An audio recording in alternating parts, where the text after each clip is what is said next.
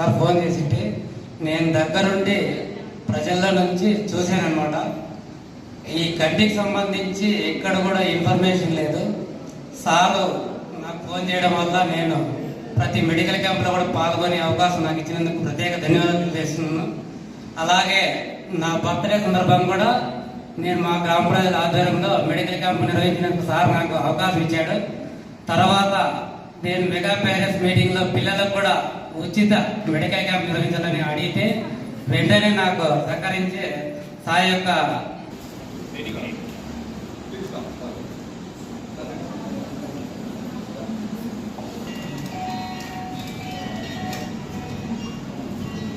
service మైండ్తో ఇక్కడ hospital